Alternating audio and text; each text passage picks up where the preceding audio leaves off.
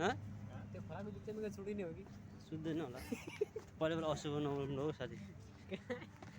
hello guys हामी चाहिँ यो मनोकामना मन्दिर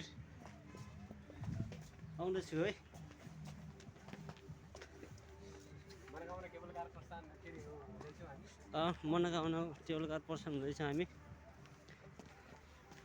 ट्याक्क मिलाएर है गाइज आउनुहोस्